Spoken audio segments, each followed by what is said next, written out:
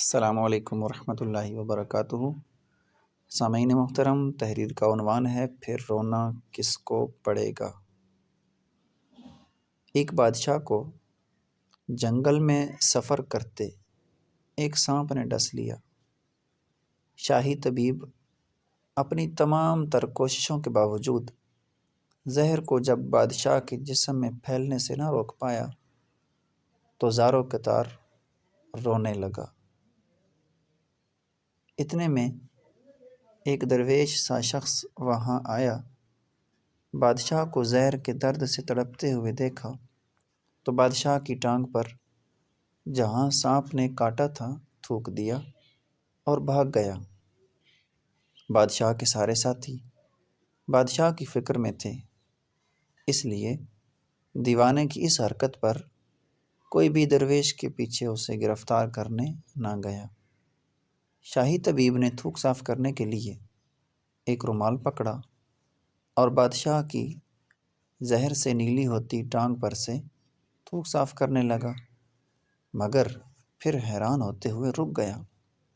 اس نے انگلی سے تھوک کو سانپ کے ڈسے پر اچھی طرح مل دیا، جس سے فوراً ہی زہر کا اثر زائل ہو گیا۔ بادشاہ ہوش میں آئے اور جب انہیں درویش کے تھوک کے قصے کا پتہ چلا تو بادشاہ نے فوراً حکم دیا کہ اس درویش کو فوراً ڈھونڈ کر حاضر کیا جائے۔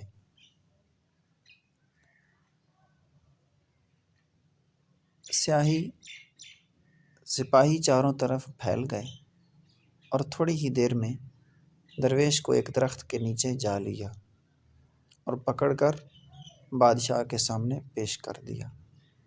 بادشاہ نے ادب سے درویش سے کہا، ہم گناہ گاروں کی آنکھ آپ کو پہچان نہ سکی، جس کے لیے میں معذرت چاہتا ہوں۔ آپ سے درخواست کرتا ہوں کہ میری طرف سے یہ قیمتی پوشاک اور عربی گھوڑا قبول کیجیے۔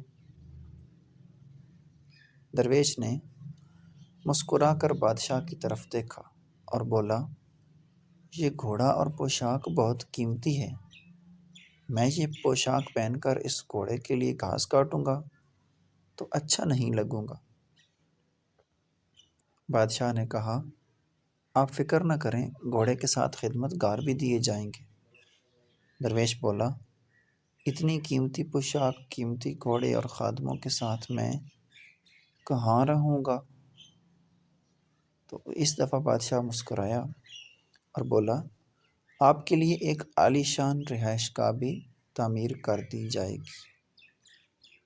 درویش نے پوچھا، اتنے مال اور دولت اور خادموں کے ساتھ اس رہائش گاہ میں تنہا رہوں گا؟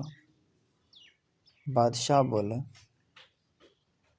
کہ حضور، میری بیٹی شہزادی گلنار کی شادی آپ سے کر دی جائے گی۔